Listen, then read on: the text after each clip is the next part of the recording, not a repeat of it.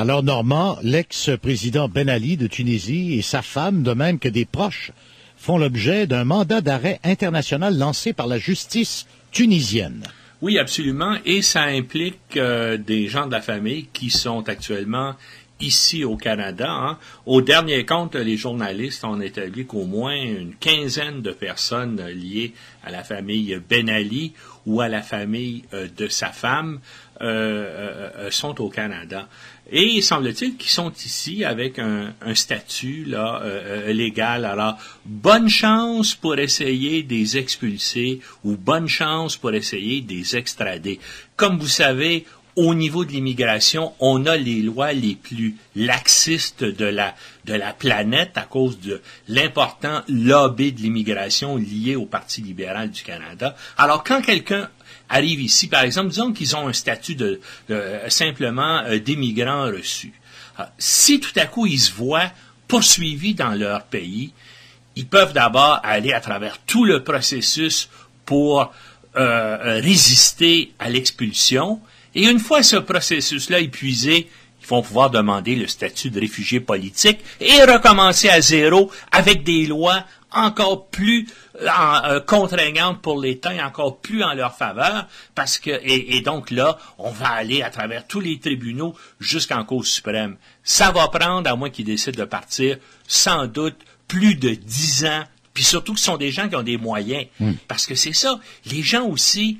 Il y a des dizaines de conseillers en immigration véreux et des avocats véreux au Canada qui se spécialisent pour créer un statut de résidence pour des gens à l'étranger. Vous êtes et ça touche ça surtout des Marocains, des Tunisiens et des Libanais. Vous êtes quelqu'un d'extrêmement riche dans ce pays-là et vous voulez éventuellement avoir la protection d'un passeport canadien. Qu'est-ce que vous faites? Vous venez voir un de ces avocats véreux-là en immigration ou un consultant en immigration et eux vont faire en sorte que vous allez paraître vivre au Canada. Vous allez avoir une adresse, vous allez acheter des choses, vous allez vendre des choses, mais vous allez demeurer à Tunis, vous allez demeurer à Marrakech, au Liban, et puis, mais sauf que vous allez créer de l'activité ici, et ça va faire comme si vous étiez résident canadien, et ça va accélérer le processus par lequel vous allez devenir immigrant reçu. Et ça se pratique.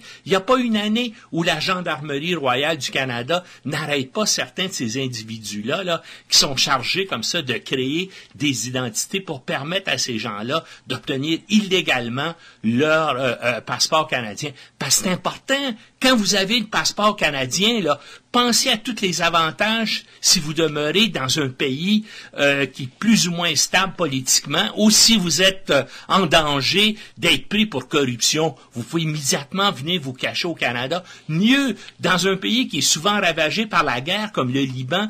Et là, oubliez pas qu'au Liban, il y a environ 40 000 Libanais qui ont des passeports canadiens, qui ne viennent jamais au Canada, rien. Sauf quand la guerre éclate au Liban, là, ils brandissent le passeport canadien puis ils exigent que on envoie les forces armées canadiennes. On l'avait vu en 2006. Ben oui, c'est plein comme ça. Oui. Et puis, comme je vous dis, c'est connu à travers les gens corrompus de la planète, à travers les dictateurs. Un autre cas que moi j'ai enquêté, c'est le cas de Djibouti. Djibouti, c'est une petite ex-colonie française sur la mer Rouge. Et c'est dirigé actuellement par un dictateur qui s'appelle Omar Guelleh. Écoutez, aux dernières élections en 2005, il y a eu 100% des voix. Hein? Même dans les dictatures les plus effroyables, rarement il y en a qui osent se donner 100% des voix des élections. Lui, il le fait. Ben, sa famille est tendue. On parle de dizaines de personnes, là, habitent à Montréal, surtout dans la région de Pierrefonds. Et ces gens, écoutez, c'est assez curieux. Regardez, il y a un consulat de Djibouti à Montréal et il n'y a pas d'ambassade de Djibouti à Ottawa. Vous savez pourquoi? Parce que le job du consulat, c'est de s'occuper de la famille étendue qui vit dans la région de Montréal. C'est quand même curieux. On avait fait état aussi, comment il s'appelait? Celui qui était le président du Gabon, Omar Bongo. Omar Bongo. Il avait aussi, comme on dit, son pied à terre au Québec. Ben oui, mais mieux que ça.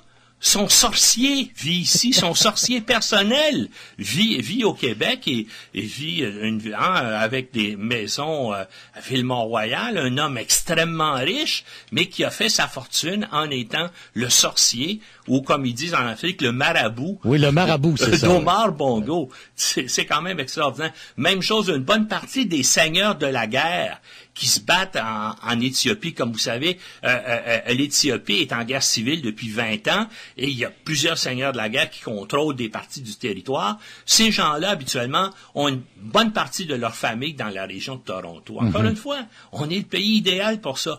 Puis quand il s'agit de décrotter ces gens-là, c'est des gens riches, donc ils ont tous les moyens des tribunaux à leur disposition et le système légal canadien, à cause du lobby de l'immigration et du Parti libéral du Canada, favorise les demandeurs de statut de réfugié en général. Donc, pour les expulser d'ici, monsieur, beaucoup d'avocats vont faire beaucoup d'argent avec ça. Oui, mais je disais ce matin que ça va être encore plus facile de demeurer ici au pays parce que le Canada n'a pas d'accord d'extradition des personnes avec la Tunisie. Ben oui, pour ce cas-là en particulier. Oui, mais par contre, on fait pas partie d'Interpol, nous autres, on n'est pas parmi les 187 pays membres. Absolument, mais comme je vous dis, dès que quelqu'un invoque le statut de réfugié politique, ces gens-là ne l'ont pas encore fait, mais ils vont pouvoir le faire parce qu'ils vont dire, écoutez, si moi je retourne en Tunisie, je m'en vais directement en prison pour des décennies, alors où je vais être maltraité par la police tunisienne. C'est ça. Et puis on va leur dire, tout le système est fait pour protéger ces gens-là.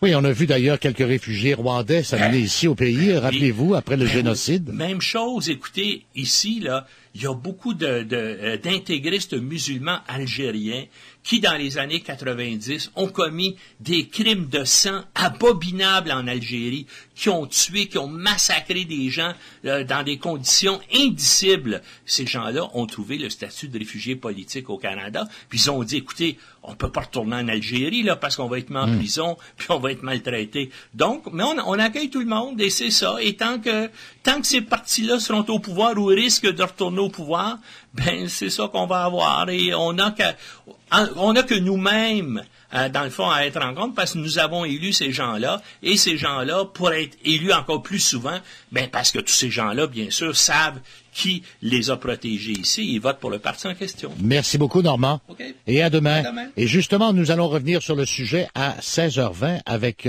Pierre Poupard, qui est avocat de la défense, à la demande de la justice tunisienne. Donc, Interpol a émis cet avis de recherche et puis ce mandat d'arrêt contre l'ex-dictateur Ben Ali et quelques-uns de ses proches. On parle de 10 personnes au total qui seraient peut-être visées. Mais nous allons poser la question à l'avocat. S'il n'y a pas un accord d'extradition entre le Canada et la Tunisie, ce sera peut-être difficile de pouvoir poser des gestes d'expulsion ou de les rendre à la justice tunisienne. Apparemment, donc, le beau-frère, là, il serait installé dans la région de Vaudreuil. C'est à Vaudreuil qu'on les a retracés, entre autres.